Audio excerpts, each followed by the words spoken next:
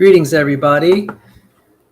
Welcome to the Evidence Reasons Academy. I'm Salvador Cordova, your host, and we're joined today by my distinguished co-host, Cindi Lincoln. We're going to study molecular biology today. So yay! So if you're here on a Friday night and you're studying molecular biology, you're an automatically honorary nerd if you're not a true nerd at heart. I mean, you got to be diehard to do this. Got to have real issues. The Bible verse that governs this is 2 Timothy 2:3. Thou therefore endure hardship. Thou therefore endure hardship as a good soldier of Jesus Christ. If I were teaching this class, I'd open the class and say, students, I want you to know how much I'm praying for you guys because you'll need it in this class. And you can use big, ugly words. Well, we'll try to make this as enjoyable as possible. I think learning should be fun. Yes. And but there are times that it's going to be pretty tedious, and I'll try to spare that for YouTube because YouTube is about entertainment, and so we'll try to keep it entertaining. And I really think if you can make the learning experience fun, people will devote more effort to it. But I just want to say there could be moments where this is just going to get tedious. And one thing that we have going for us is there's a lot of animations now to make this easy. And I think also one way to learn is to try to teach. You never learn something as well as you will unless compared to when you'll teach it. So I agree. Cindi, why don't you try to imagine yourself teaching what molecular biology is from what you've learned so far? I knew you were going to start out with a test. Okay. The central dogma is that DNA translates into RNA, which transcribes. I switched them. DNA transcribes into RNA, which translates into proteins. Very good. All right. Why is it important to study molecular biology versus anything else in the creation evolution controversy? Why would you study this instead of going to Dinosaur Adventureland and learning about dinosaurs? Oh, I'm sorry. I had to mention that. I know. He's going to smack me about trying to argue about phylogeny or flood models. Okay, because in 30 seconds of a video, your jaw drops and you see the power, ingenious, and glory of God. I mean that. By the way, there's no right or wrong answer. I wanted you to express why is it you're studying? Okay, why don't you tell the audience why you decided, hey, on a Friday night, I have so many better things to do. Why am I studying molecular biology? Okay, you don't have to answer that. Sal is twisting my hand. Yeah, because Sal's twisting your. I love to learn, and yes. And YouTube is not for entertainment for me. YouTube is for education for me, anyway. Okay, so I love to learn. It helps Rebecca you to heal. Yeah. Bread of Life, Rebecca Davis says, hi, Cindi. Hi, Sal. She's saying hi. Hi, Rebecca. Okay, she's spending her Friday night. She could be doing other things. She wants to hear you learn about molecular biology. So, boy, we better up our game. With Show that, your face, Rebecca. We've never been on before together. Briefly, I think you were. There must have been. Maybe you're right. I think you're right. Maybe we'll dig up something. Anyway, could you open us in prayer? And amen. Thank you. Heavenly Father, please just guide us. Guide us in our interactions. Guide us in what you want us to learn to display your glory to the world. We're trying really hard to help people understand that you're real, that you made them, that you want fellowship with them, that you are for real. So help us, Lord, in Jesus' precious name, amen. Amen. We do this to declare the glory of God and his mighty works. His works, his miraculous works, not works that just spontaneously created themselves.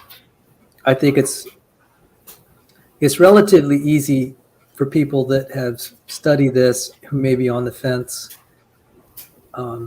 whatever they may believe about common descent, they believe God had to have a hand in it.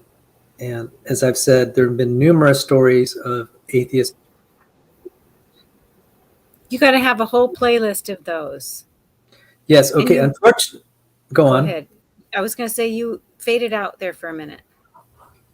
Oh, and we have a professional chemist here. Oh boy, Ray Giordano.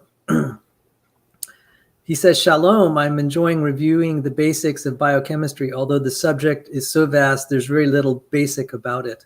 Yeah, really. Okay, so. Hi, Ray. I remember you from last week. Shalom. Yes, shalom, shalom, and Merry Christmas. Merry Christmas. None of this happy holiday stuff. Merry Christmas. Happy Hanukkah. Maybe Jesus celebrated Hanukkah, so happy Hanukkah as well.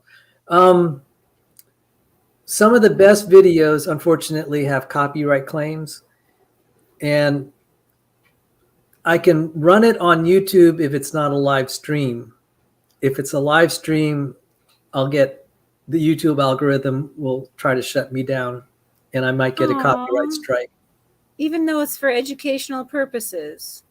Yes, yes. Aww. And even if the copyright owner said I could use it, if it's a live stream, I'll get dinged. If it's a pre-recorded stream, it's okay. But I could go on to another tab and watch what you tell me to watch. Yeah, but then our viewers don't get to see it. Well, they'd have to do the same thing. Well, we're going to try to work out how to do this. Yes. Now, if we ever pre-record a show, we can get away with this. I mean, YouTube will say it's okay. I don't know what the difference is. They just don't like us using it for live broadcast. It's okay if it's recorded. So now you got me curious. That's just the way it is. Okay, so maybe we can do a recorded show just so we can actually go through all the really good videos. Because the one video I wanted, and I only found it's out today because I was so busy working. I have contractors coming in, and I had to solve some really tough technical problems. We could do a show on help Sal choose the carpet. You know, I woke up yesterday. I said, Sal, you got to think like a girl. I know that's hard. You got to think like a girl. You're going to go and you have to pick out tiles. You have to pick out carpeting and all these things. And they're so finicky about colors. I'm just like, whatever works, you know. But then I started going through. You could bring us with you on your phone, you know. Yes. So I had a list of about 5 ladies, 3 of them grandmothers in the church, then you, and then Rebecca. And I said, okay, let's go through the list. And so I said, yeah, you know, it's going to be fruitless to think like a girl. Why don't I get a real genuine one? And they process colors. They can do the thinking for me.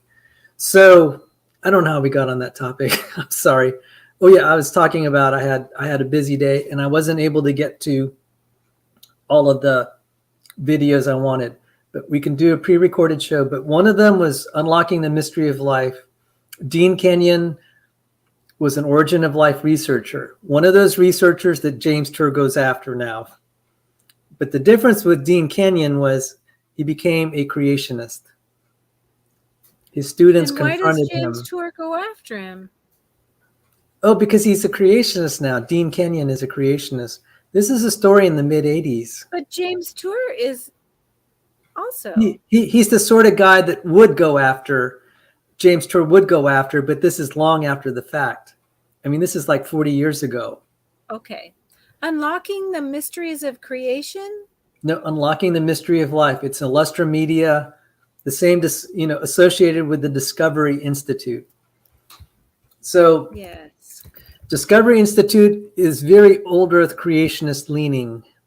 Many of them, they have young Earth creationist, old Earth creationist.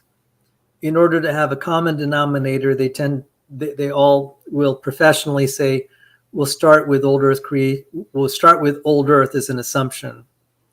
People like Michael Behe are not creationists, but believe in intelligent design. So that's kind of I'd say that's the starting point for the Discovery Institute. Hence, they approach things differently, but they're very, very good at what they do. So they would be emphasizing the central dogma, but they do it in such a powerful, beautiful, elegant way. I have tons of their videos on my channel. Yeah. So if it was pre-recorded, YouTube will let you do that, because what they'll do, YouTube will run an advertisement on their behalf. So they're able to collect revenue, which is great. But apparently that doesn't work on live streams. Maybe that's one reason they preclude it. But maybe we can do that. And it really, I do have to say, how long, I mean, just a rhetorical question. How many repetitions of something does it take before you remember it long term? I've heard the number 21. Okay. So, all right. So a simple phrasing of the central dogma is, and I'll let you teach it to the students. DNA don't tell me. Transcribes. It does? Okay, scribe first, late second, because late is late. Okay. DNA transcribes into RNA, which translates into proteins. Very good. Now, as a caveat, there are all sorts of caveats to that, okay? But that's a good starting point. When you start from that base, then you'll start to know all kind of the nuances of that. So first, say this is a simplified version, meaning it's a good approximation. It's good enough. The reason I don't give you all the formal ones, there's so many formal ones and no one agrees on what it is. Can I ask a question? Yes. The DNA and the RNA are both instructions. They are not actually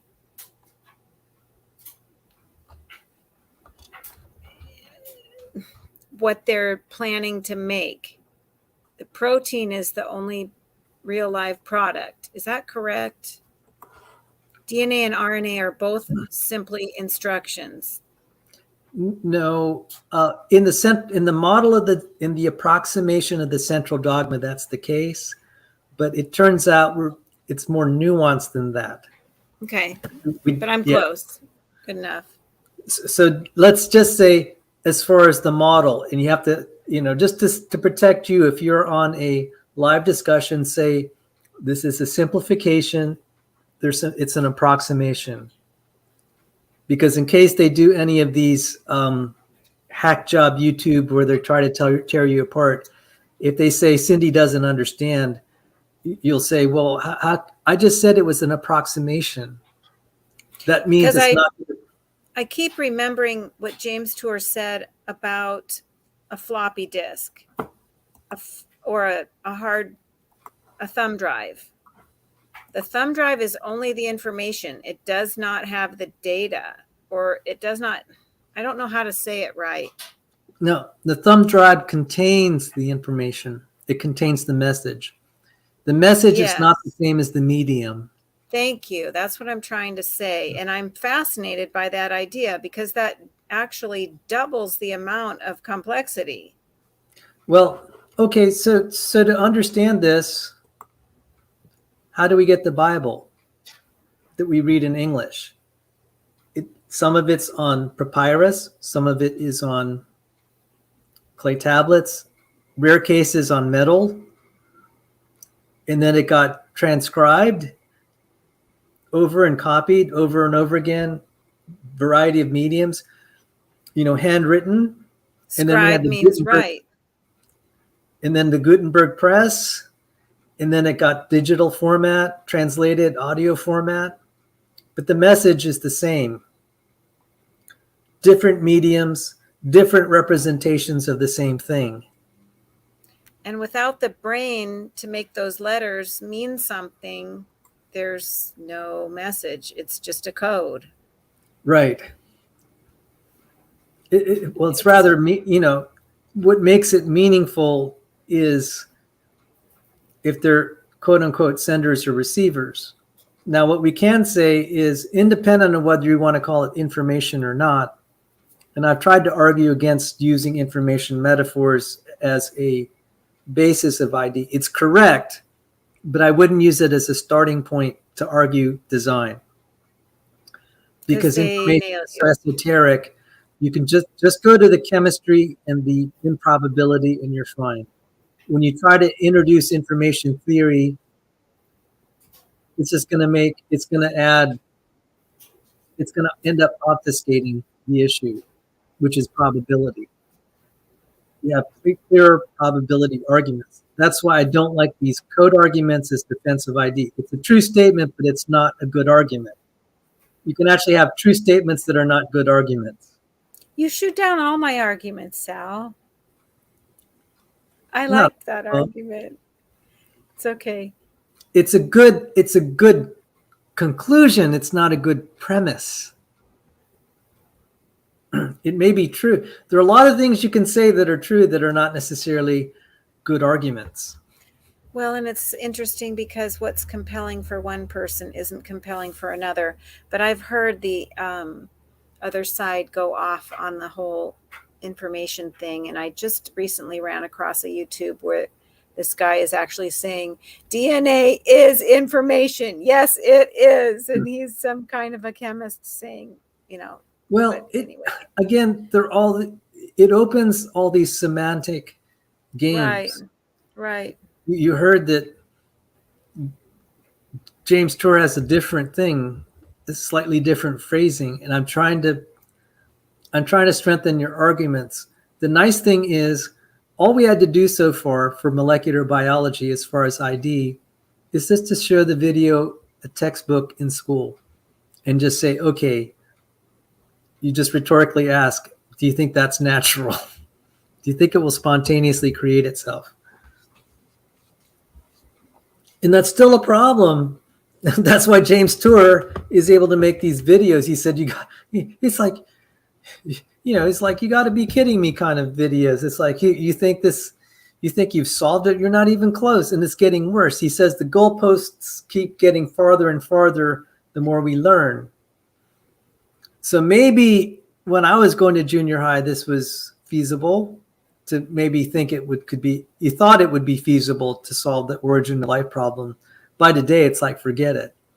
And I've actually seen it in the literature. They've gone from saying we're almost solving it to now we need, then they went to aliens, space aliens.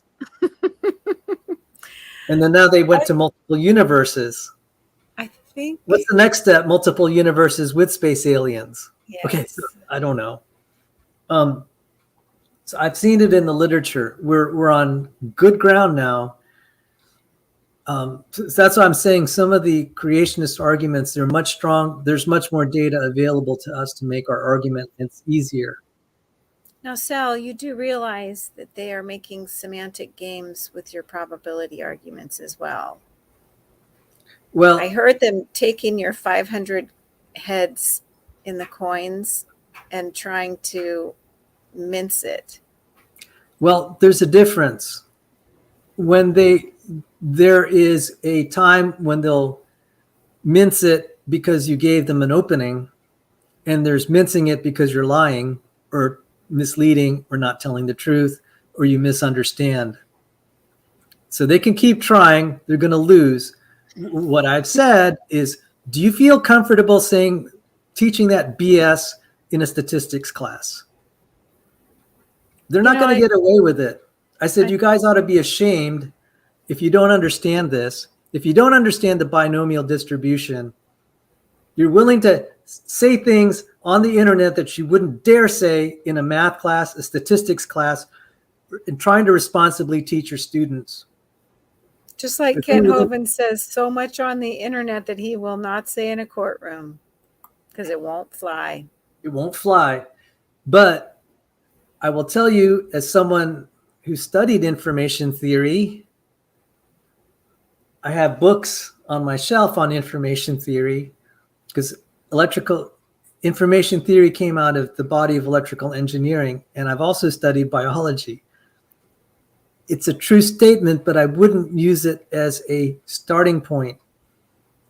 It will lead to all these semantic games that are, I think, legitimate. Really? I found those semantic games to be so annoying. And it reminds me of that Bible verse about they swallowed a they Strain at a gnat. strained at a gnat and they swallowed a camel. Yeah. They want to strain at a little word, but they're not seeing the whole big point. And I'll tell you one other thing. See, I could state the law of large numbers and the binomial distribution in a couple pages. I have a book this thick on information theory. You're not going to find its relevance to biology very easily. And then I have another book on information theory and the origin of life. It just does not hit. Even if some of it is true, it's not as biting as just going with molecular biology. You could see how effective James Tour was when he avoided information theory and he avoided thermodynamics.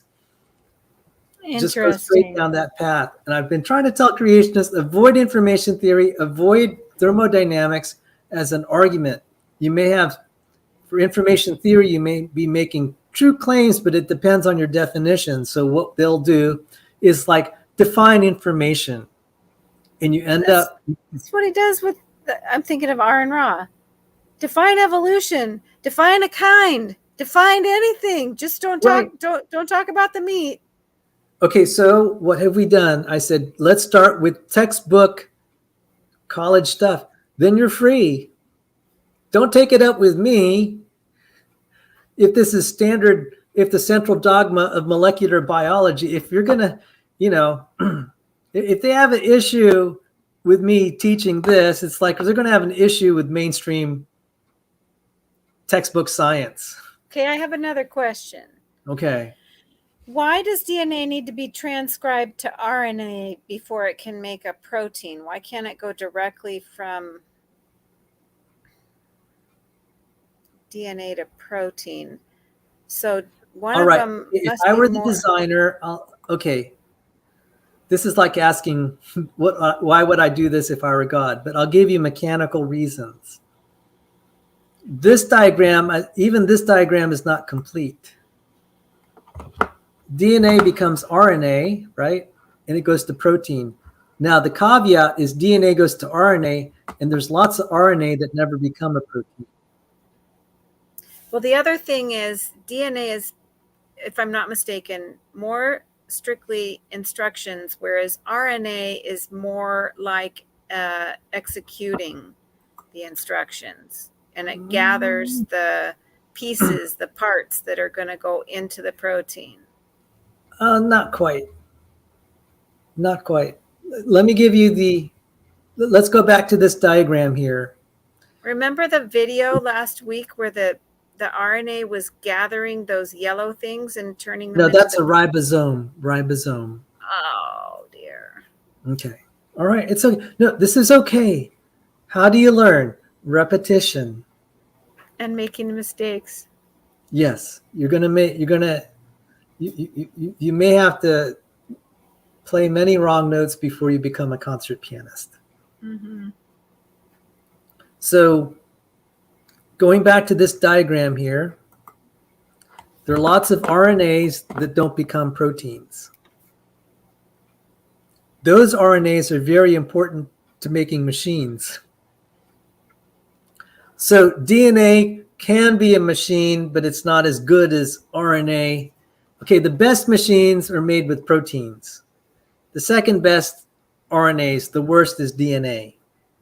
So it is fair to say that RNA does help implement machines. And why don't we go to the video and we'll talk through it. So you're going to see, I'll give you as we walk through this, I'll pause it and we'll talk about what parts are made of RNAs that never become proteins. So let me play this. And so this was from the last time. Okay. mRNA is to carry the gene's message from the DNA out of the nucleus to a ribosome for production of the particular protein that this gene. Okay, do you see that little thread coming out? That's the RNA. Codes for. The volume's really low. Yeah, I didn't have a chance to rebalance it. Ribosomes in a typical eukaryotic cell. Well, Do you want me to try volume. to rebalance it? No, honey, actually, my volume was really low. If you could start it over. No, it's low on my end too. I can, if you give 10 minutes, why don't I try to fix that now and we can just talk in the interim? It's So okay. No, it's okay because I'm down at 36, so I put it back up.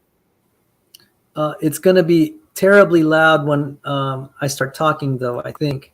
Yeah, it is a big difference. Unless I talk really quietly. All right.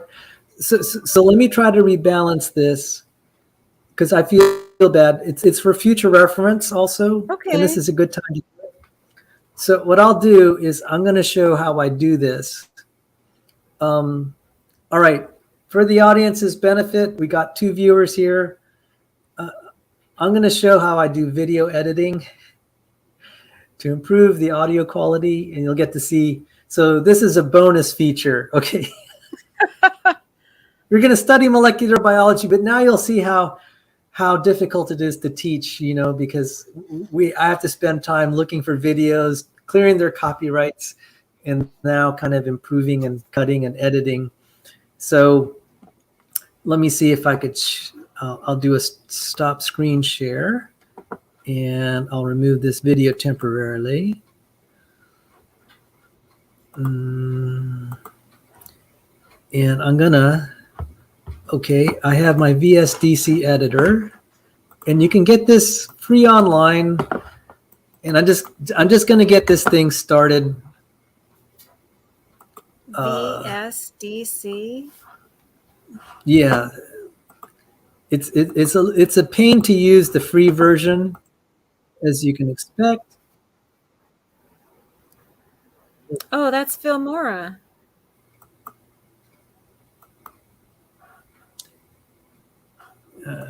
This is going to be okay. I won't share the audio. So I say new project.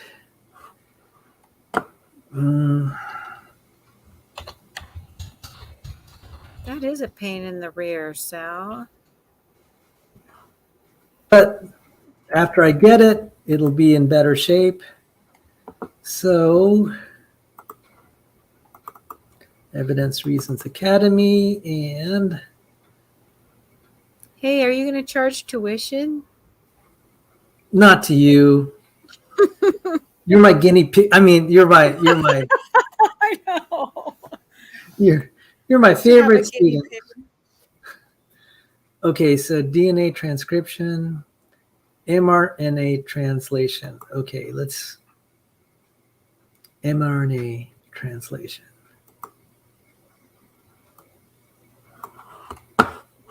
Okay, so I'm gonna. Ray has that song in my head because he said shalom. You know that song? I'm not familiar with it. My friend, shalom, my friend, shalom, shalom. You don't know that one? Nope. All right. I'm helping you fill time, aren't I? Yes, you are. So let me increase this by 15 decibels. See if I can improve the volume. Hang on, I'm going to cut my mic for just a second so I could test the sound. Hang on. I'm getting cold. I'm going to turn my fan off. I'll be right back.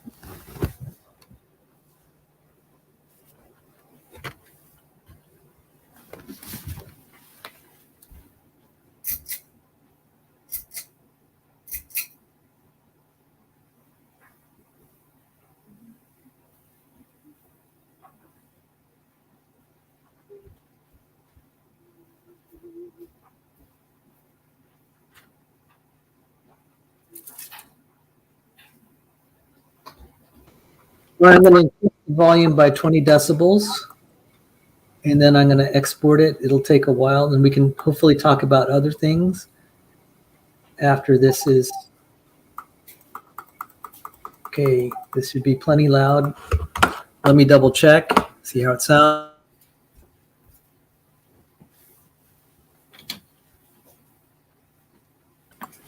Okay, I'm now going to export the project. And let me change this up to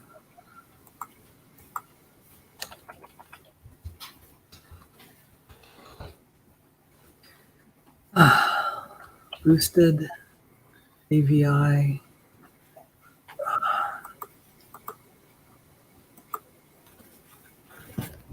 Okay, and then export. Export. Okay.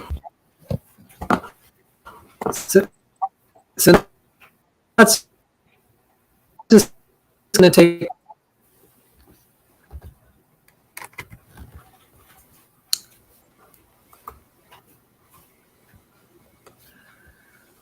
It's gonna be all right. So while we're waiting for this, what I wanted to show is we have things called. Why don't I see if I could find a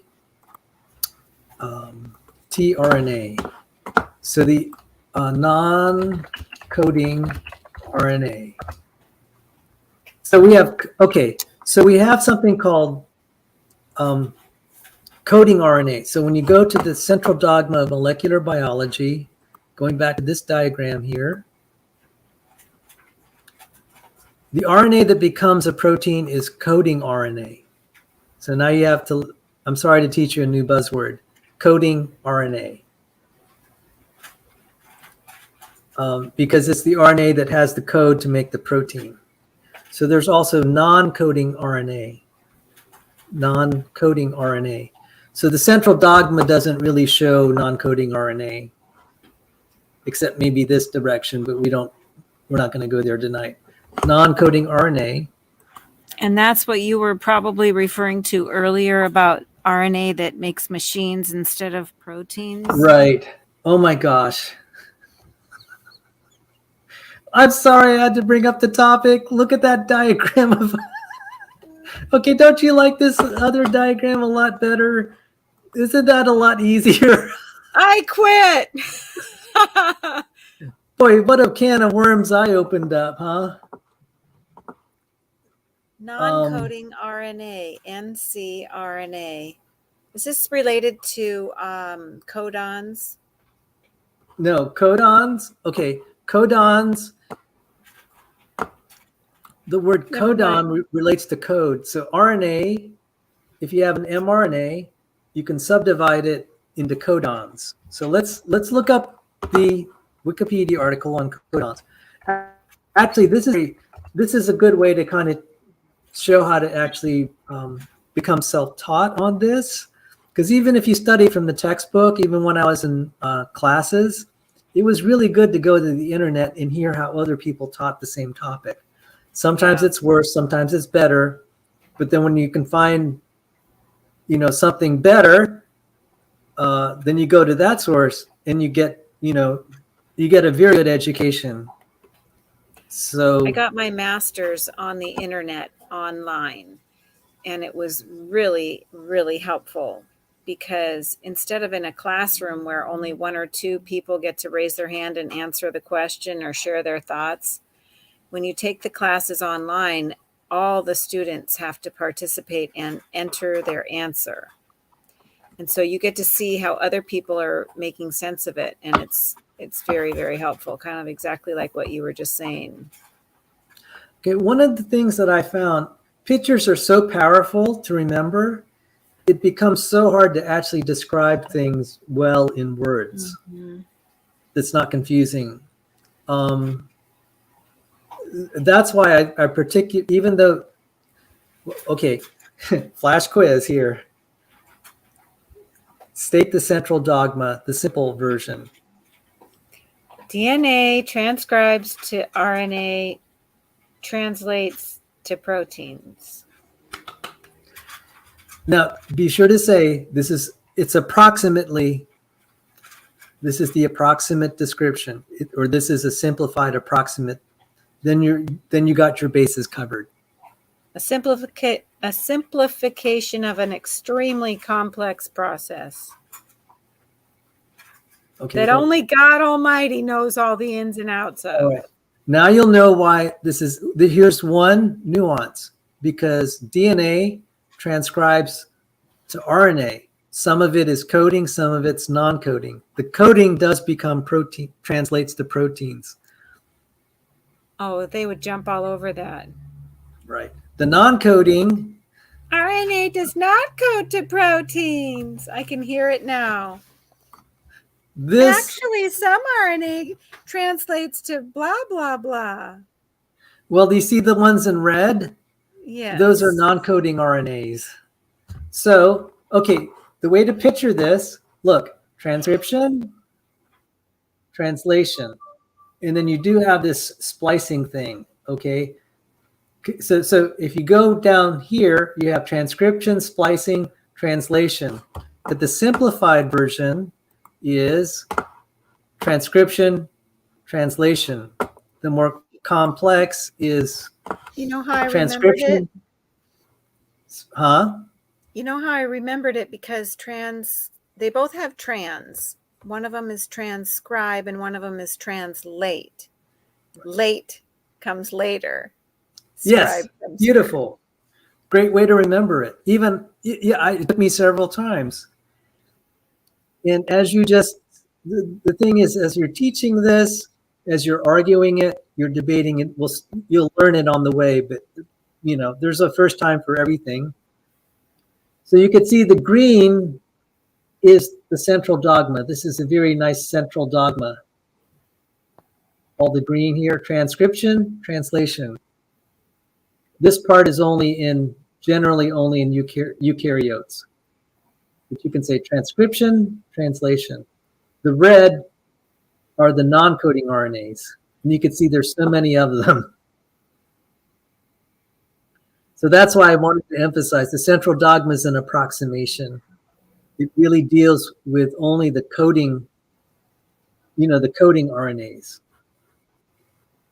So this was your question about, you asked, why did God make DNA and then RNA and then protein? Why didn't he just do it the simple way, going from DNA to protein? The answer is the non-coding RNAs need to be there to make the proteins. Oh, look. It's a double layered instruction. Hi, Janet. Nice to see you all accomplishing so much for the glory of God. Congrats and thanks for the great work. Let me say a prayer for her right now. Can we? Yeah. Heavenly Father, we thank you for this Christmas season as we celebrate the work of your Son, Jesus Christ. And though molecular biology is important, nothing is as important as glorifying you and then praying for our friends, brothers and sisters. You've said in your word, true religion is to care for the widows and orphans in their distress. And so we lift up Janet Duttridge as she's in distress, Lord, just having lost a husband some years ago and now putting her faith and trust in you without her beloved husband. And she also has physical needs, both health and otherwise. We lift her up to you, Lord, this Christmas season. Help us all, Lord, to endure hardship, although we would pray that you would ease the hardship. We ask these things in Jesus' name. Amen. Merry Christmas, Janet.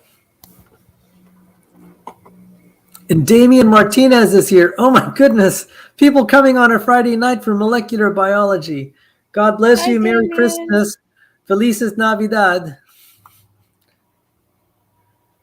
Okay. So you asked Prospero año. So you asked the question, why don't we go straight from DNA to a protein? And the best answer I can give is that the RNA is needed to make the other machines that translate the protein. It's actually because of this diagram that shows there are lots of RNAs that don't ever become proteins, but they're essential to manufacturing the protein. It's such a multi-step process. Right. So, okay, now you've why don't you state for the class? And I'm sorry. All right, this is like You are not sorry. You are very happy to put me on the spot. I'm happy to torture you, but I'm sorry you have to suffer. Okay. I'm not like your ex-husband that enjoyed torturing you. I don't. Yes.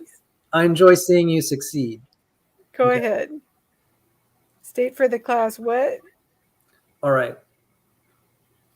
A little proverb. Even as a musician, we would play our scales. Even if we played them right 1,000,000 times or 1,000 times, we'd play it again. That way it starts to become very natural for you. All right. So state the central dogma of molecular biology. All right. So you start off with a caveat first. Oh dear, I'm not ready for that. I could do it in a long-winded way. I would just say the workings of DNA are so complicated you can't state it simply, but approximately we can say DNA transcribes to RNA, which translates to both proteins and other machines. Not quite. I'm sorry. Oh, Sal! Okay, I'll show you diagrammatically what you said. All right. What you said is that it translates to other things. It's not quite. It translates. The mRNA will translate to a protein. The RNA, some of the RNA, the coding RNA translates to the protein. The other non-coding RNAs don't get translated to anything. Okay, so DNA makes those little machines. Or just skip that part. All right, let's go back to, okay, you're very close, all right? All right, this is what makes science so hard. It's like typing in a password. You got to get a lot right. You can say it's an approximation, but when it's an approximation, try to make it, you have to try to make it accurate. Okay, so let's see what Ray Giordano had to say here. RNA plays a role in protein formation beyond being a transcript of DNA. They discovered that the degenerate codes are not degenerate after all. Okay, he's a professional chemist. That's a little complicated. But I want to focus. I'm not trying to minimize that, but I have to kind of just go back to what we were trying to do. So DNA transcribes to RNA. The coding RNA gets translated to protein. The non-coding RNA does something else. So if you just use your, okay, an approximate way of stating the central dogma, stating the central dogma is to say DNA transcribes to RNA, RNA translates to proteins. If you want to be a little more precise, DNA transcribes to RNA, the coding RNA translates to proteins. The non-coding RNAs translate to something else. Very good. Was my caveat okay? I know it was a little bit too long-winded. It's also, talks about God, which I like to do, but I know sometimes you want to stick to science. Well, it depends on the audience you're talking to and what the message you're trying to communicate. So even in the New Testament, there was not one way to share the gospel in terms of technique. It's the same message, but different ways of saying the same thing. True. And there's no one size fits all. So I'm giving you a repertoire. Okay? So Good point. So if but again, this is for the main reason is this is for your understanding, because it's good that if you're going to be a creationist, you know what a DNA is and its relationship to a protein. And then you'll hear the term RNA. So I'm sure you feel now empowered because you hear James Tour talk about DNA, RNA, and protein. So as you watch his videos, you'll understand the relationship of DNA, RNA, and proteins. And so when you hear about the RNA world, they'll say, well, the first thing that was made was the RNA. And then we all kind of like, what? How do you go from that if all you have is RNA? You're not going to get this. You're not going to get that. What do they think, that since RNA is simpler, it just doubled itself and became a DNA? They don't think. They just believe. Yeah. But I mean, I can see that logic. Well, they'll just claim we're making progress, so there has to be a solution. And they're not making progress. It's delusional. Well, and even if they think one strand is simpler, take a closer look at that one strand. It is not simple. So I at least feel now that as you studied the central dogma, you certainly will understand now what James Tour is talking about when he's talking about RNAs, DNAs, and proteins, and amino acids and nucleotides. So what makes up DNA? What you just said. Don't tell me. Nucleotides. Yeah, nucleotides, the ACTG. Right.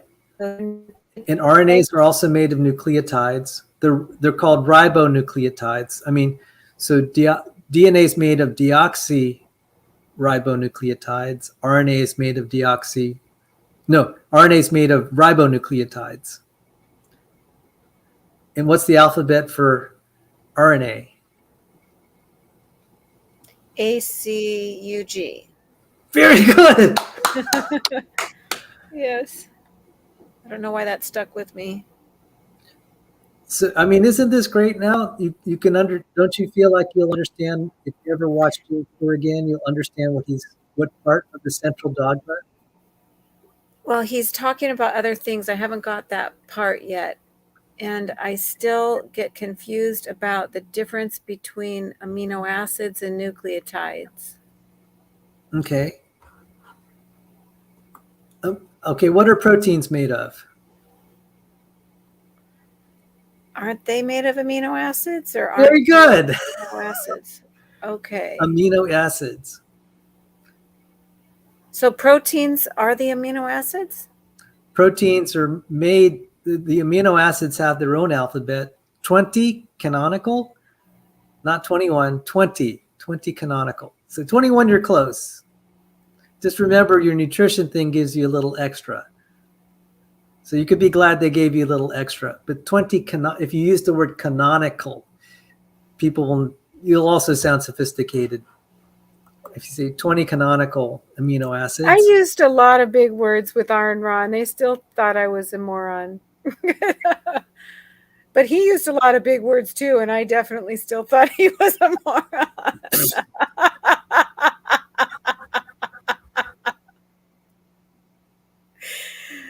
I'm Okay. sorry, Aaron, but your arguments just didn't cut it for me. Well, he tried. Yes, he did. He was very trying. Well, we don't have to go there. So RNA, when it translates to proteins, it could make one of 20 different canonical proteins. No, it translates to a protein, but it has to. Okay, the RNA. You asked the word codon. All right. I'm gonna try to answer your question, but I have to be just a little long-winded here. Oh, so no. let's look at the DNA. So that's the double helix. Well, no, this is RNA. because it has a U. And because it only has one strand. Dang, you're good. Huh. Whoa, bro. That was grade A. That you got bonus points for that. Oh my, you got me. I made a mistake and you corrected it. That's why you get I grade love A. correcting teachers. Because I said that's DNA, it's double-stranded, and you caught me. It's single-stranded, and it's RNA. I got 2 things wrong, and you caught me. Okay, but you were going to make a point about codons and how it relates to amino acids. Okay, so, a codon, the codons, okay, so it goes here. DNA or RNA sequences of nucleotide triplets or codons. A codon is DNA or RNA sequences of nucleotide triplets. Yeah, James Tour was saying that. So when you're going with the CTG, whatever, 3 of them is a codon. Right. 3 of them together. Now, there's a little problem with that is how do you get this aligned? Because where do you know how to divide it by 3? I mean, to group it by 3. I mean, do you go with CUG, CUA, or UAC, or do you go GCU? The reader knows how to count by 3s, but if one of them is missing, then the reader's off for the whole rest of the way. Yes. Or if the reader starts in the wrong place, it's bad news. Yeah. Now, there's an have a name interesting for that. phenomenon. I got to point out something. There's an interesting phenomenon where you can do what they call there are some DNAs that are overprinted, meaning you can group this way, or you could group CUA or UAC. There's a little bit of that. That's multiple. That's like in the Bible where you can read it by words, or you can go every 12th letter and it will spell something. Yes. Supposedly. I don't know that for a fact. I've just heard. It doesn't work so well. There have been some studies on that. But in any case. Is that another Ken Hovind lie? Oh, gosh. We have to keep mentioning that name. Well, he says that, every so many letters you can see the word Hitler, you can see the word, all kinds of weird things. Okay. Sidetracks. I don't know. It's okay. We can't run away from him. But until he's locked away, put away, and they throw the key away. Then maybe we could stop thinking about him. Anyway. Praying. Very much praying. So, let me just open this image here. That adds a level of complexity that only a God could do, where you could read it. Yes. Where it can be grouped in multiple places and still have meaning. That's. It can also be read backward and have meaning. So what we call these reading frames. We won't go there in detail. But you mentioned the word codon like 20 minutes ago, and I wanted to finish that thought because this relates to amino acids. So, genetic code. Okay. So we can learn the genetic code either with RNA or DNA. Do you have a choice? Pick one. I'm sorry. I was trying to read. Say the question again. The genetic code can be expressed in either DNA or RNA. I like the DNA one. How about we do that? And you could see the codons here. All right, so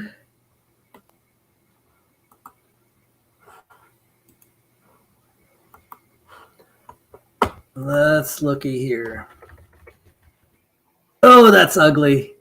The font is just not rendering right. Let's see if I get a better picture here. This looks bigger. That's got a low res. You see the res numbers? Oh, that looks good though. Yeah, this is easier. Okay, so let's look at the prior diagram that we had here. GCT.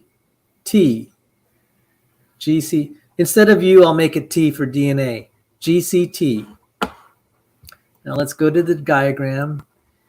We have G, C. Ooh, I'm totally messed up. G, Oh, it's the gray one. C, T. Exactly. Alanine. So you take the codon. Now, wait a minute. How can it be alanine when A stands for alanine? A stands for Adenine. adenine. Thank you. A is for adenine. C is for cytosine. G is for guanine. I don't have those memorized yet because I T hate your is song for so much. Now I know my ABCs. Next time, won't you sing with me? Yes, so. Okay, alanine. Alanine. So GCT. G is for guanine. C is for cytosine. T is for thymine. Spells alanine. Now, just for completeness, if we used DNA code, genetic code. So now you know what the genetic code is, at least visually, right? It's this code table. It defines the relationship of the codons to. Oh, that's disgusting. They attribute this to Darwin. Disgusting. He didn't even know about it. Didn't even, I was going to say. He didn't even know it. Yeah. See, they give glory to him even when he had nothing to do with it and nothing to know about it. That's really weird. GC. Okay. See, on the RNA version is GCU and you get alanine, and the DNA version is GCT, you get alanine. Okay. So now you asked about codons, and then now you see the relationship of the DNA to the amino acids. So you asked, does it translate the nucleotides to a protein? It's alanine is one of the 20 canonical. Oh. Okay, now I'll tell you something that's really cute. How do you know when it ends? It needs a stop codon. That's like a punctuation mark. So like a typical protein is about 400 amino acids. We often use the word residue. 400 amino acids. That means long. 400 times 3 to get how many ACTGs? Correct. How many DNA letters? And Damian Martinez has a comment. He says, I empathize with Cindi. I got a low score for my final test in biology class and astronomy. I'm hoping to get away with a C. Well, I'm okay. Damian, if it makes you feel better, I got a 4 on my final exam in first semester calculus. What does a 4 mean? 4 out of 100. That's the worst score I've ever heard in my life. I should have kept that after I got my math degree and after I got my master's degree in physics. Yes. Damian, I'm a slow learner, but once I get it, I have it. I know. I know you. Once you get it, you have it. You corrected me twice today. See, it's okay, Damian. If you're slow, it's just because you haven't got it yet, but you will. You're not dumb. Yeah. One of the problems is the way education's done traditionally. They have, you have one professor and he has many students, and he has to kind of try to move the class at a certain pace. Not too fast, not too slow. But if we adopt the model of self-learning, and you're not pressured, you can learn as much as you have time for, and then how much you're willing to suffer, and then you can score 100. But because That's the problem. Right. It's the There's pacing no that makes it very repetition. different. Yeah. You're just supposed to remember everything that you just read and that you just heard. Yeah. And it That's just why doesn't work that way. right. That's why with the new models of learning, people can get proficiency. And if there were things like in my case, I wasn't taught properly in high school. So then I went to college and I took college calculus. I got a 4. I went back and I studied college algebra, functions, and trigonometry. I aced those. And then I went back to calculus, took it at Johns Hopkins. I got the top grade on the final. So That's interesting. yeah. Sometimes our failure is due to the teacher not knowing how to. Oh yeah. When I look back, I'm like, no wonder, because their definition of functions in class was poorly taught in high school.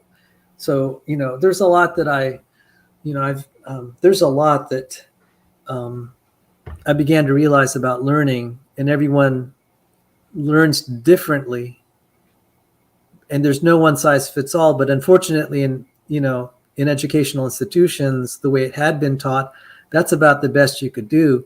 But now with books and teaching aids and videos, it's much easier if you're motivated. Now, motivation probably is the hardest thing for a lot of things, because there are a lot of demands on life. But if you're motivated, or let's say you're willing to learn slowly and say, hey, I can't take a college class, but I can learn it at my leisure. You'll be able to learn this. So the fact that some people are joining us on the internet, that's great. They're probably learning some of this, and it's great.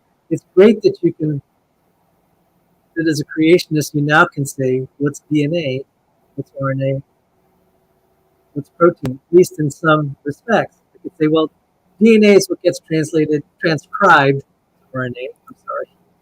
DNA gets transcribed to RNA. Coding RNA gets translated to protein. So if you added the word coding RNA, well, you'd really be right on the mark.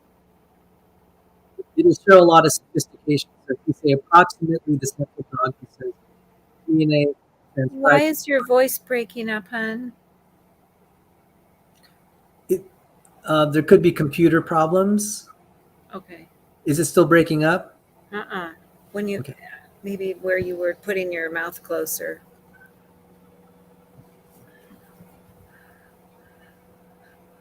You're going to get me in trouble with any prospective girlfriend. Well, last time that was on here. Don't you dare say her name on here. You're going to get me in real trouble. Ooh, I have blackmail. I would never do that to you, Sal. I already slipped enough because I even mentioned that I'm interested in someone. I'm in trouble. Anyway. See, when you're not closer, I couldn't understand. That was all garbled. Oh, okay. I'll move this a little closer. I have to figure out how to get this to be an omnidirectional mic. It really likes me talking right into the microphone. That's what I was trying to say. That's why they have these things like, the good audio things. They have that big microphone just staring them right here, and they talk, and the sound quality is just great. So thank you for the feedback. I'll try to have this thing tilted up. Just in case people are remotely curious, I have this blue snowball mic. Wow. So we were talking about motivation. Yeah. Okay, so now do you see how the translation process, I think that will clarify.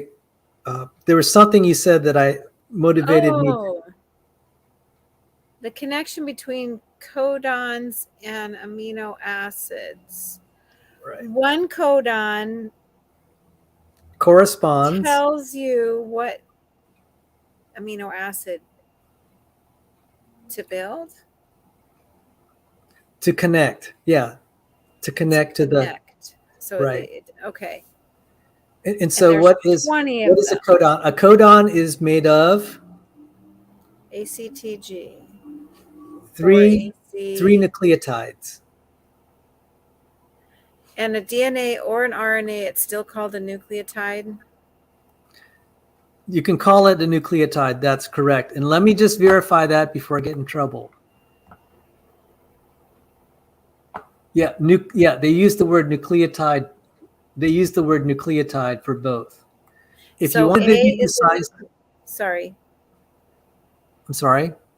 A, C, T, and G are all nucleotides. Right.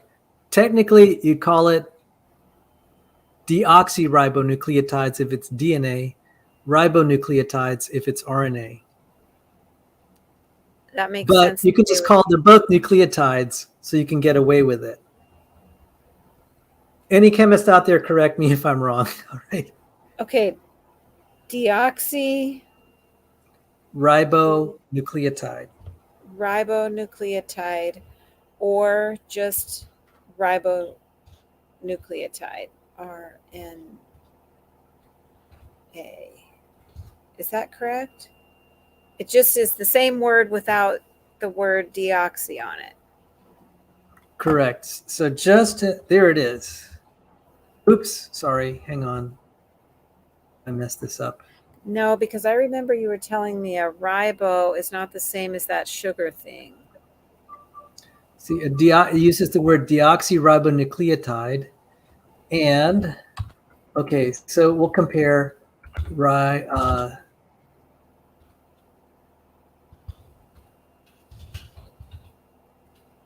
RNA nucleotide. Ribonucleotide. Let's see the picture. Here's the picture.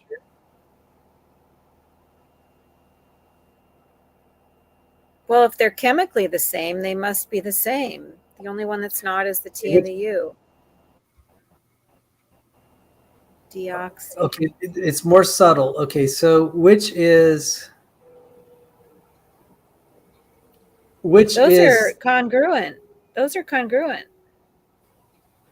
Nope, they're different. Which is the deoxyribose? Oh my gosh, it's only one letter different. Okay. So one of them is the deoxyribose. Right. The one on the left is the deoxyribose. Okay, what's missing on the left? The oxygen. That's why they call it deoxy. Oxy. Very good. There you go.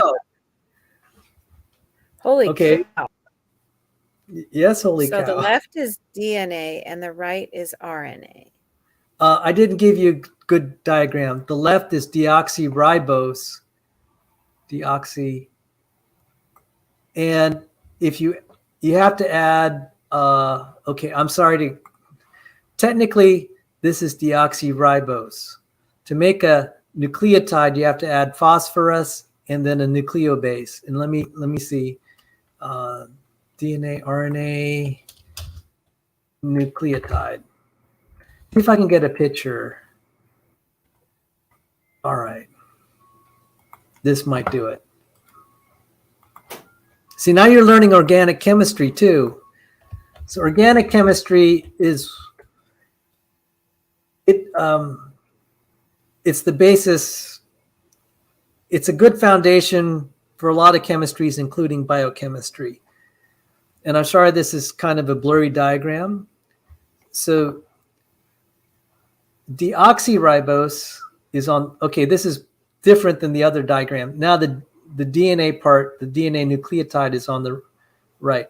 Technically, it's a deoxyribonucleotide. It's not, I don't know that they would yet call it an acid. Okay, so the base, so this part is always the same for a nucleotide. If it's deoxyribonucleotide, and then this part's always the same if it's a ribonucleotide. What makes the difference is the blue box. That's a different function. You use the word functional group. That's a term in organic chemistry.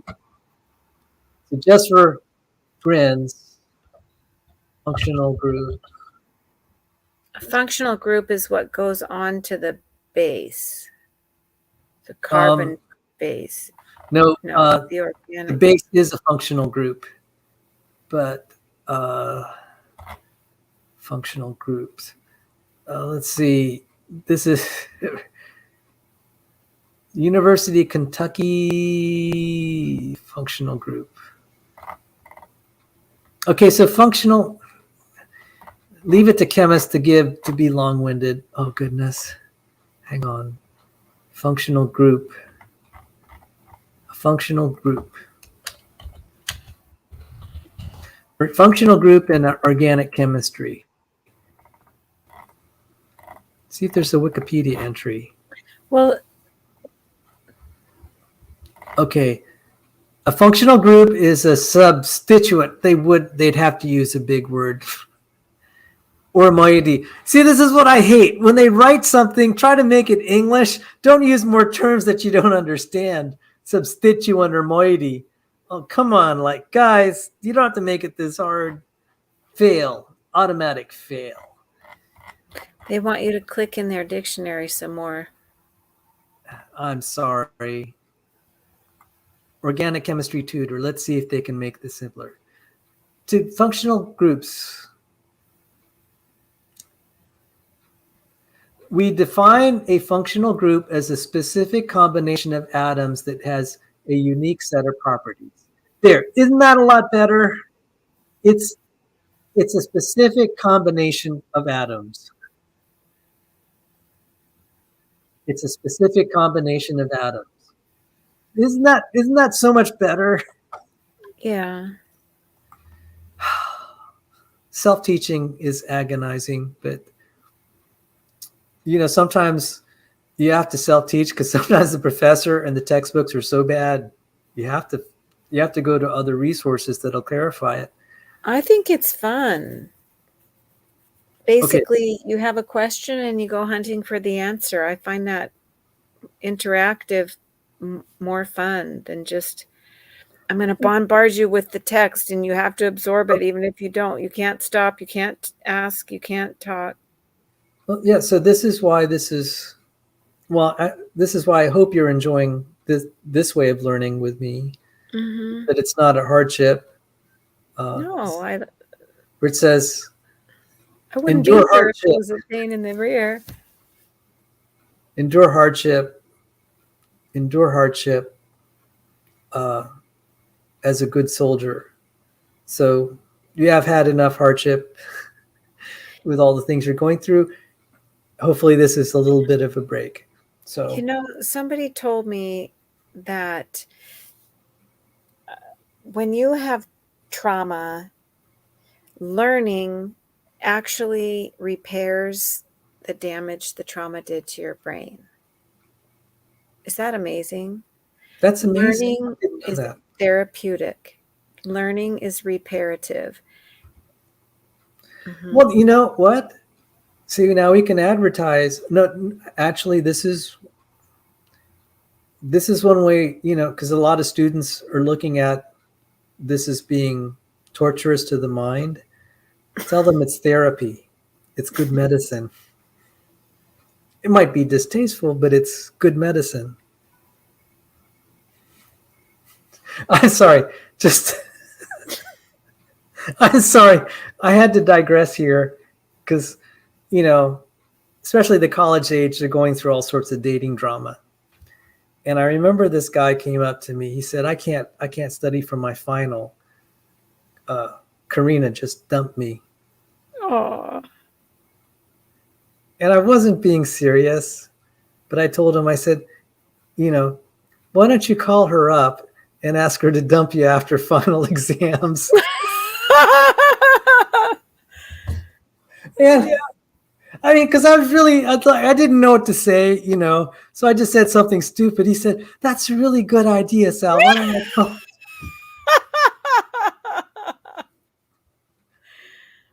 So I could have said, next time I'll say, learning will be therapeutic for your broken heart.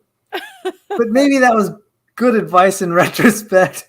He called, afterward he said, I just, he ran to the phone. This is back in the days of the payphone, and he called her up. And he went back to me. He said, Sal, that was really good advice. She said she won't dump me until after final exams.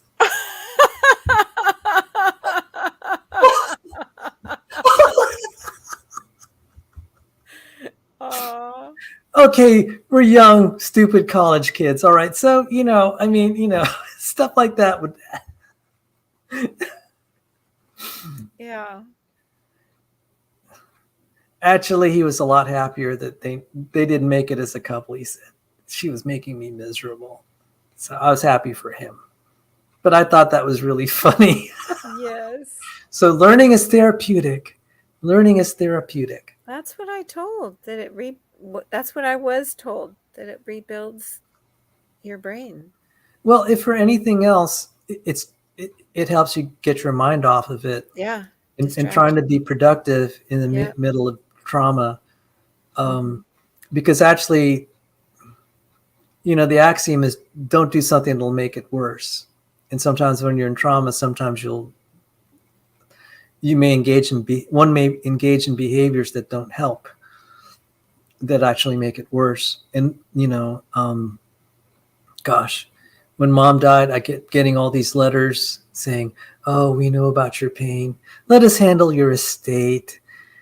Like, a bunch of wolves. It's terrible. Isn't that like just so predatory? Yeah. Only by God's grace did our family get through most of that. But thank you for telling me that. See, I learned something from you. I'm sorry to be yawning, and I'm not bored. I'm just yawning. Actually, some of the best professors I've ever learned from learn a lot from their students. And I just like, you mean you learn too? You're so good at teaching. And I realized that's why they're very good at teaching. They're constantly learning how to teach better. So anyway, back to the functional group. I love the wording that they had. And I'm sorry that it's hard to see this. It says we define a functional group as a combination of atoms. I love that. Just a combination of atoms that has unique set of chemical properties. So what has happened is these groups are very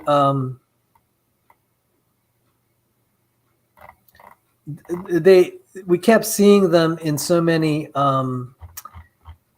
you keep seeing kind of the same groupings throughout a broad range of chemicals. So functional groups.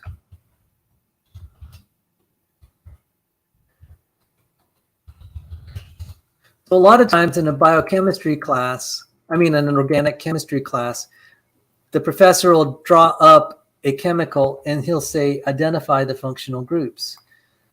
And so now you're learning organic chemistry in order to understand.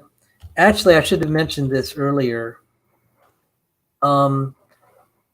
Typically, when you study molecular biology, the prerequisite is general chemistry. After general chemistry, you get organic chemistry. After organic chemistry, you take biochemistry. Then after biochemistry, you get to molecular biology. But what I was trying to point out is, as far as the creation evolution controversy, you can actually learn most of the molecular biology you need to be able to articulate the creationist case, because then a lot of times you'll just play a video and at least, this is just to fill in the details so you feel comfortable. So you're saying you can skip the 3 prerequisites and just go straight to the molecular biology. I'm wondering if I can understand some of this because I remember my chemistry. Yeah, you will be. Yeah, I think you can. So let's just look at some of the functional groups. I don't think I would be able to comprehend this as well if I didn't already have chem. Yeah, so let's see. There's there are some simple functional groups. There's some that are, I wish they had one with letters. Oh, here, I like this. This is better. Okay. So functional groups. Let me get rid of that one. So one that's easy is OH. It's called a hydroxyl group. OH, that's easy. And then the amino group is NH2. The carboxyl group is COOH. All right, so let's just apply our knowledge here. I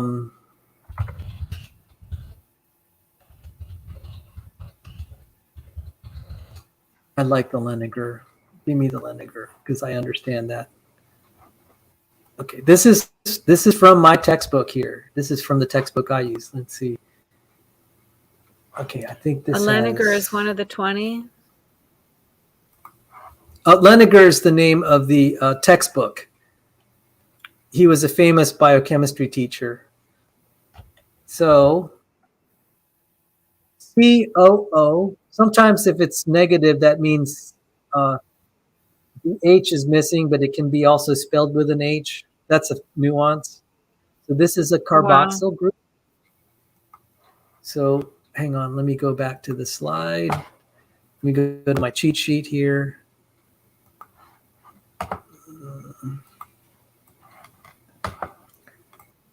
Okay, carboxyl group C. Oops, that's the wrong picture. I shouldn't have done that. Hang on. Did I kill the wrong functional groups? I'm just going to start another one. Functional.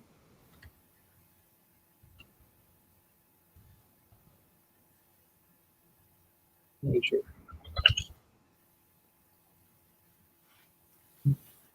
Apologies to Cindi and the viewers. I'm trying to do all this on the fly.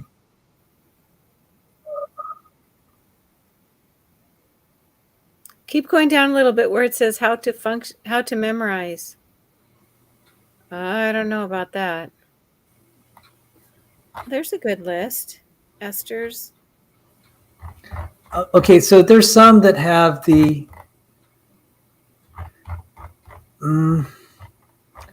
functional group. Let me just functional. I should have put the word functional.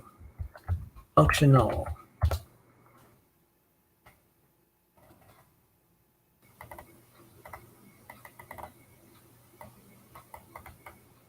I'm going to get some water, honey. I'm having a hot flash. I'll be right back.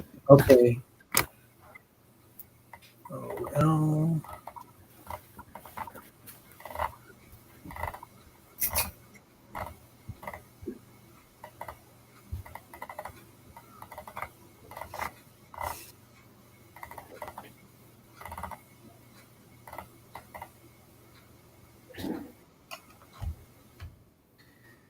Functional groups.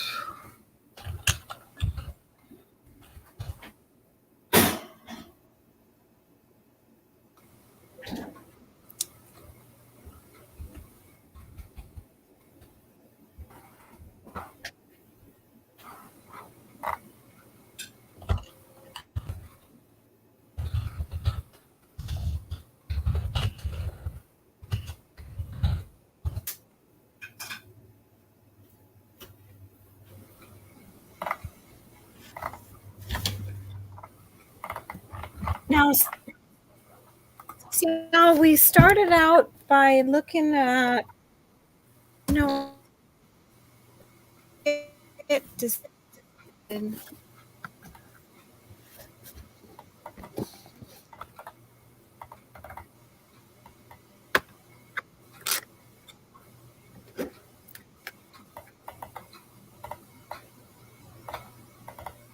Oh, I don't like this. I'm sorry. I killed the.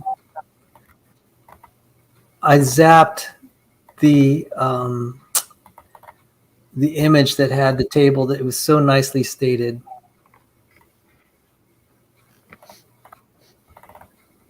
Apologies to the viewers.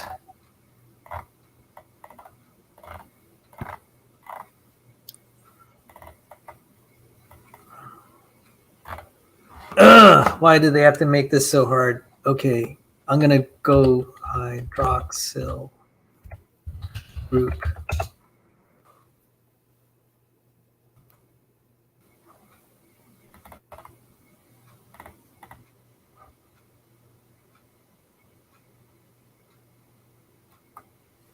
Okay.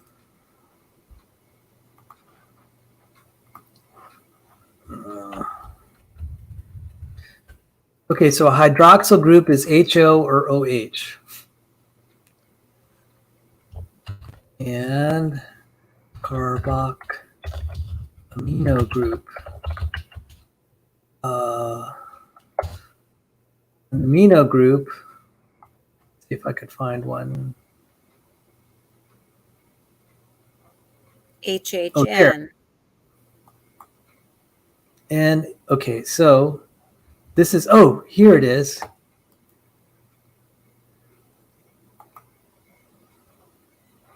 Here's one. And we can have composite groups. So the amino group is an N with two H's. And in a very precise organic chemistry thing, you'd actually have your molecule diagrams where you'd actually have to physically visualize the connection. Let me run to my library. I'm going to get a molecular kit just briefly. 1 second.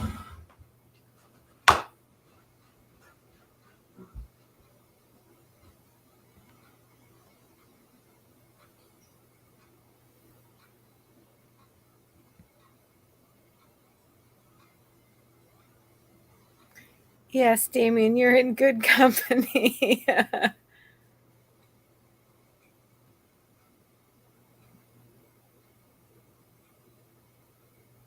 Find and replace. Trying to understand what you were talking about, Ray. I once wrote a clear and concise technical report. I got into a lot of trouble. I rewrote it using mainly find and replace. Does that mean you would find a term that was too complicated and replace it with something that was easier? I was doing the comments while you were gone, Sal. Oh, thank you. Sal, I once wrote a clear and concise technical report. I got into a lot of trouble. I rewrote it using mainly find and replace. My bosses loved it. Ow. You have to sound more sophisticated, you know? It's pathetic. Oh, wow. So Well, it that's was really clear and concise, and he had to muddy the water to make his boss love it. If you're a philosopher, that's the thing to do. Or if you're doing and circumstance. There's another one. You really need to do it if you're talking about postmodernism, intersectionality, gender issues. I've got to read you some of the peer review papers. You'll laugh. It's terrible. It's so bad that when someone was highlighting the papers, the authors got upset. I said, what author wants to hide what he wrote? That he gets upset. Well, but he got into their own specialized journals that helps them keep their job. So he just got kind of virtually privately the pat on the back. You're part of the club. You get a nice university salary for putting out garbage. But once it got into the public, they didn't want that because then people realized the stupidity that's in academia. Quarters of academia makes it embarrassing that you have these stupid disciplines alongside real disciplines like math, chemistry, and physics. And what was that word we used in our intro with Aaron? Phylogenics? Phylogenetics. No, the one that you said was a stupid discipline alongside real discipline. Evolution is alongside electromagnetics, electromagnetic theory. Should evolutionary theory be Sorry, go ahead. phrenology? Phrenology. That's In one of science's pecking order, evolutionary biology lurks somewhere near the bottom, far closer to the pseudoscience of phrenology than to physics. that's what you were saying about dumb disciplines next to good disciplines. Yeah. Dr. Chris was just shaking his head when I was saying that. The hard to read report won over the easy to understand report. The IUPAC, that's the International Convention, IUPAC names for chemicals really help to fluff the word count. Okay. All right, quiz. What is oxidane? Oxidane, Ray Giordano. Look up oxidane. What is oxidane? Water. We had a solution of, the oxidane had a pH of 7, and we added H2SO4 into made a solution with oxidane. Oxidane is the IUPAC name for water. So, okay, so let's look. That's what Professor Dave IUPAC. was doing. I'm listening to James Tour debunk Professor Dave, and he uses stuff like that.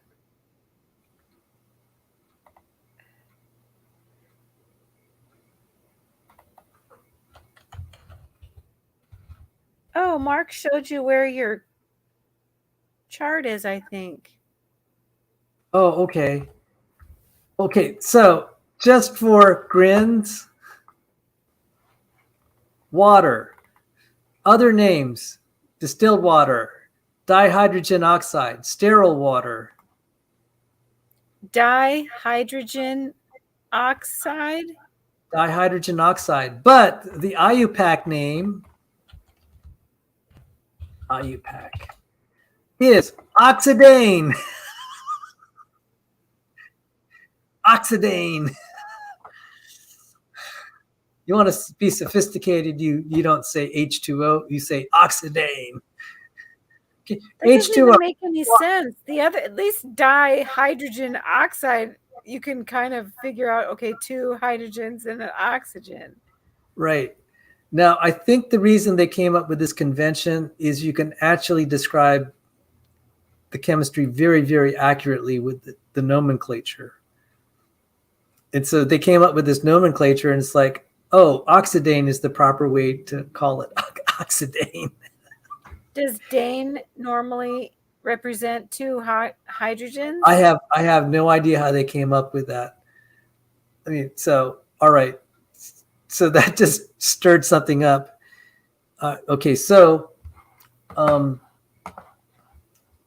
oxidane. All right, so this is going to be easier now that I got this diagram. So amino groups are 2 H's and a nitrogen. This is an unnamed group here. This is the carboxyl group. Now, what do you have, the OH? That's a hydroxy group. Hydroxyl group. So you can actually have one group that's part of another larger group. Well, yeah, you can see that's where they got carboxyl, but what about that other oxygen? It's not part of the name. No, this is the entire carboxyl group, COOH. All right, but I got to show you something. Let me see if I can. I got so many windows open, I have to kill some. Hang on. So I'm going to kill the DNA one.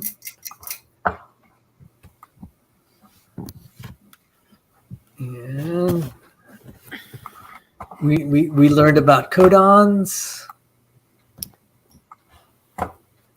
While I'm doing this, pop quiz. Codon. I know it's 3 of the nucleotides. Very good. But they call it a codon because it codes for one of the amino acids. Very good. Okay, got it. Okay, so now I got to show you something. It might have a minus because sometimes in solution, the hydrogen is gone. So if you see COO minus, that's still a carboxyl group, just like it is in this diagram here. COO, but you have an H. So depending on whether it's in solution or not, it may or may not have the H. It's just a convention. So it's going to be a little frustrating that sometimes they'll see it without the H and sometimes with a minus. It'll be either an H or a minus. It's still a carboxyl group. Or the line, just the line. Right, just the line. Now, usually, yeah, if you see a line without a circle on the end of it, that means a hydrogen would go there. Right, but you see right here, they didn't even draw the whole connectors. Right. So let's see if I could show a different amino acid diagram. This is helpful because it can be very confusing. And I've seen them rotate the diagrams, and I couldn't read the diagram because it's still technically correct, but it was upside down to the way I'm used to seeing it. I was so confused.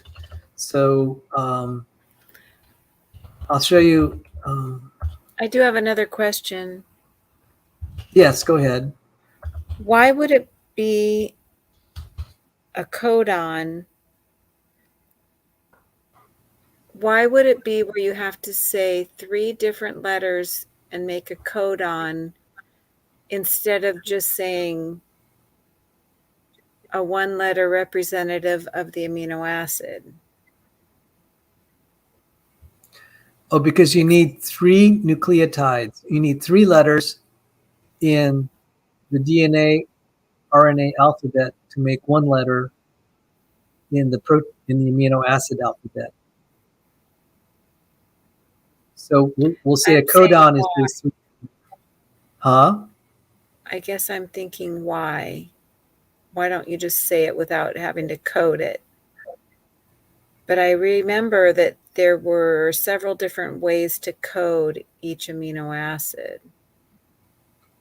Seems like there were 3 ways to. Okay, I'll show you what I mean. I'll show you.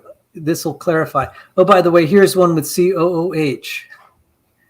And then the other one had the minus. And see if I find one with a different diagram. Let's look at alanine. Alanine. And this can be a little aggravating if you're an organic chemist because the diagrams. Okay, here is one amino acid here. Alanine. See, they have the double bond here, and then the OH, that's the hydroxy group. But then when you look at the diagram for amino acids, it looks like this. Oh, wait, I'm sorry. When we look at the Lehninger, alanine, it has the C, you have the COO and a minus for alanine. See, this is how you represent alanine in Lehninger. And I'm going to bring up the other one in the what I call the non-Lehninger. This is the same molecule. Does that say H2 or H3? It's It H3. says H3. H3N plus, but here it's 2. Yeah. So what happens is the H, okay, can I explain what happens? The H from here ended up here, and it gives it an extra positive charge. So you have there's reasons for that.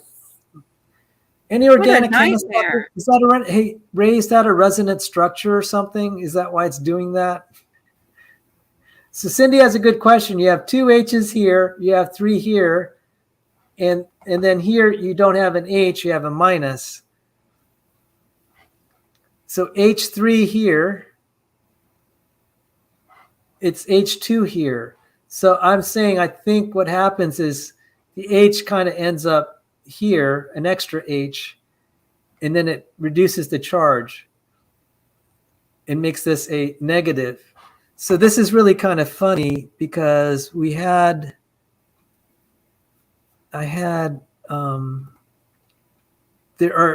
show you a diagram where it's different, Cindy. Well, it's calling it non-polar alanine. Would that be part of the reason why? There was one here where it said COOH.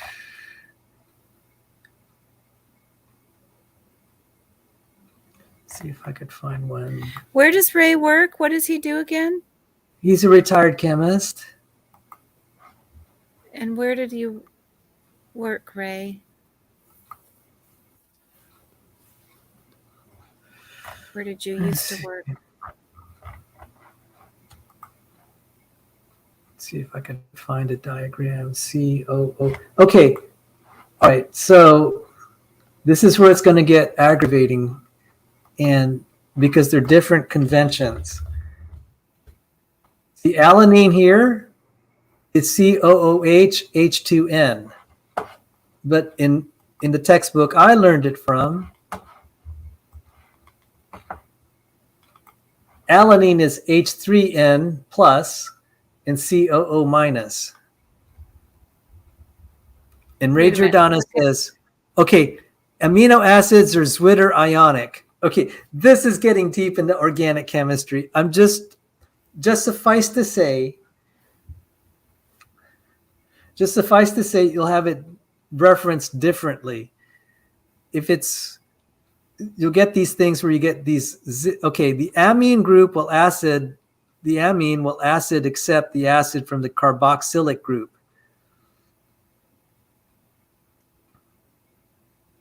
Oh, I'm sorry. I'm not very good at multiprocessing. Let me stop screen sharing so I could see Mark's email. He said he emailed me. It's under my other account, Mark. I'm sorry, I can't look it up right now. For me to be able to participate in the side chat, I have to go under my other account. I'm sorry, Mark. Thank you for emailing it. A polymer manufacturer. Isn't that kind of vague? Yeah, he may not want to talk about it. Oh, okay. I remember polymer just means more than one functional group stuck together. No, more than one monomer. You could call it a functional group, I guess. A single amino acid is a monomer, and when you put them all in a line, connected, it becomes a polymer. Now, to make matters worse, you can make multimers of polymers where you stick them together. So topoisomerase is two polymers put together. Oh, there you go. Oh, silicone products.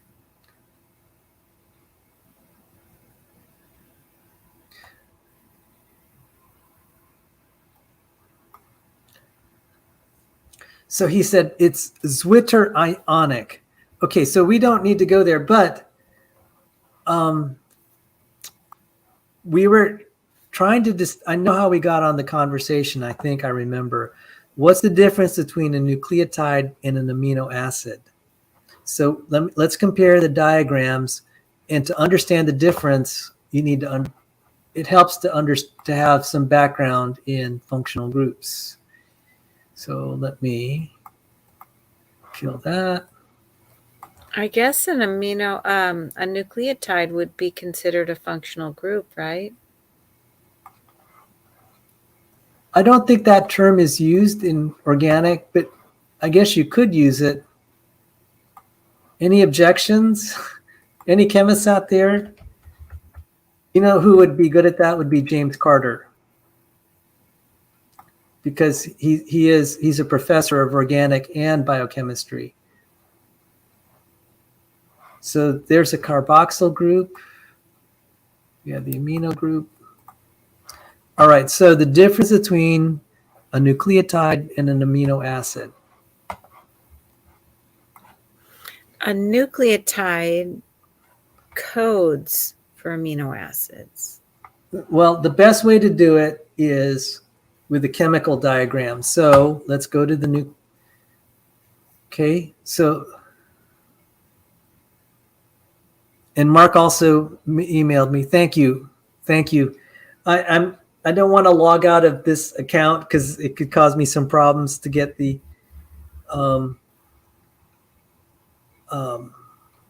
why don't I give you my email? Hang on.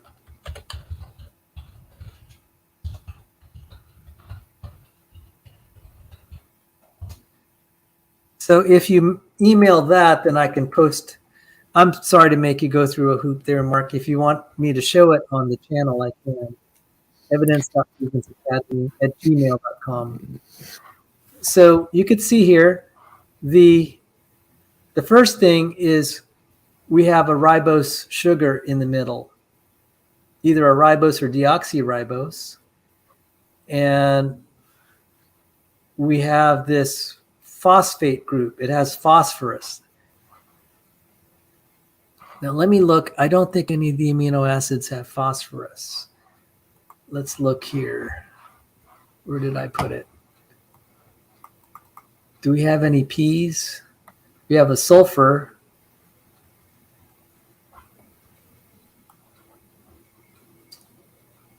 I don't see any phosphorus groups.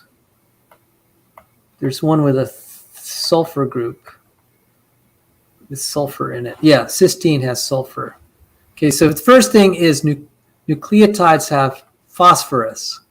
Amino acids don't have phosphorus. And you could see here, so it has this phosphorus group and it has this ribose. This is called a phosphate group. And it has the sugar, and that's the ribose sugar. And then it has the nitrogenous base, which is AC, U for RNA, ACT for DNA.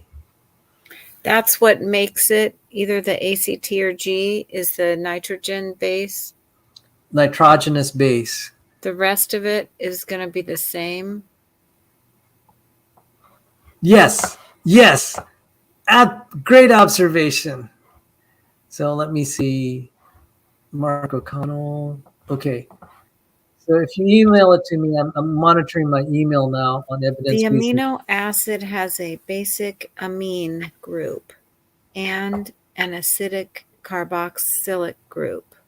Okay, so let's see what Ray is talking about. So you're learning organic chemistry. This is the amino. It's called, some people call it amine.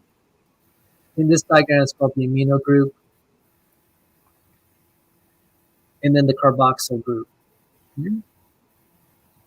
And you can see here in this diagram, so the amino group is here. And so let's look at. Are those amino acids? 1, Yes, 2, these are all 3, amino 4, acids. 5, 6, 7, 8, 9, 10. Are those the 20 amino acids? Canonical. 1, 2, 3, 4, 5, 6, 7, 8, 9, 10, 11, 12, 13, 14, 15, 16, 17, 18, 19, 20. Well, that sure helps. And there are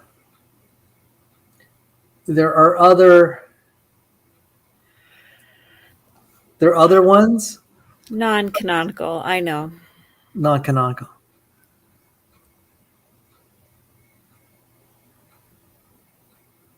Oh, okay.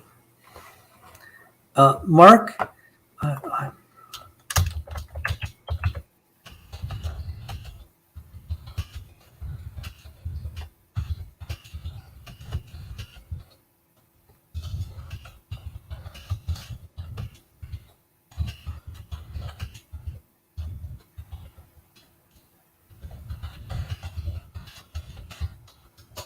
I just Hold mark. So so it's the first, to make it precise, the language, they are different chemicals. They're different chemicals.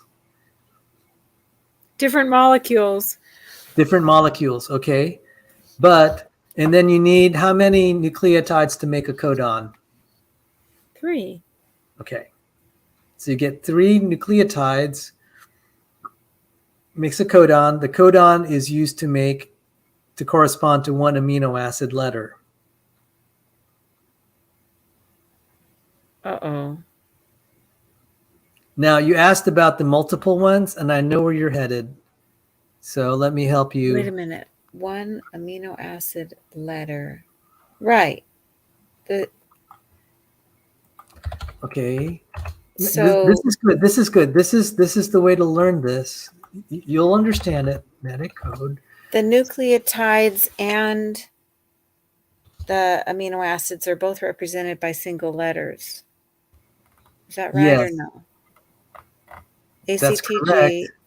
represents nucleotides, and then I don't know how you would represent all those amino acids by a Okay. single letter, but maybe they are. All right. I'll show you how. We looked at this earlier, and it'll make sense when you see it. I remember they had to do something. Yeah. Okay. Now do you see the codons? Mm-hmm. But now do you see several? You can get up to 6 codons to make leucine. What do you 6 mean up to different codons. 6? Oh, Huh? right.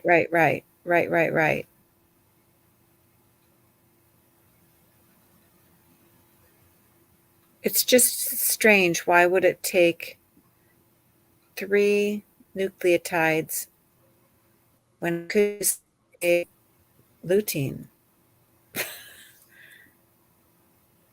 All But right. I realize it's an added level of complexity. We actually call that degeneracy, where you have several ways to say the same thing. But that even in math, you do that. There's several ways to say the same thing. But if you're going to have, hypothetically, we might have 64 amino acids for the 64 codons. But since chemically we have 20 amino acids, you end up having all this overlap, what we call degeneracy. You lost me. The other reason I can see is because of what you were saying, where sometimes the reader can start in a different location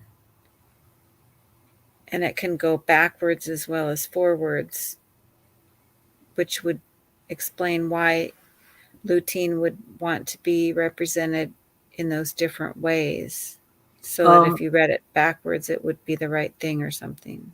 No, that's not. That's a nice speculation, but that's not correct. But you are thinking it through. But this is why it's really nice to just look at this table. I mean, I would love people to just have this printed on their T-shirt or something, because it teaches you everything. It relates the DNA code. It relates DNA to proteins.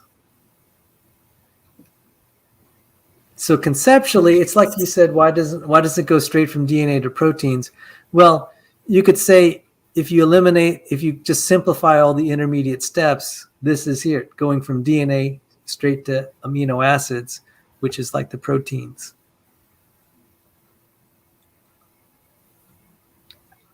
Can I see the one that has the name spelled out? Okay, I got a timeout here. I'm late for my other stream on my main channel by 15 minutes. Oh dear. Do you want to join me on that? Kidding. If you want to join me on that stream, it's a different topic.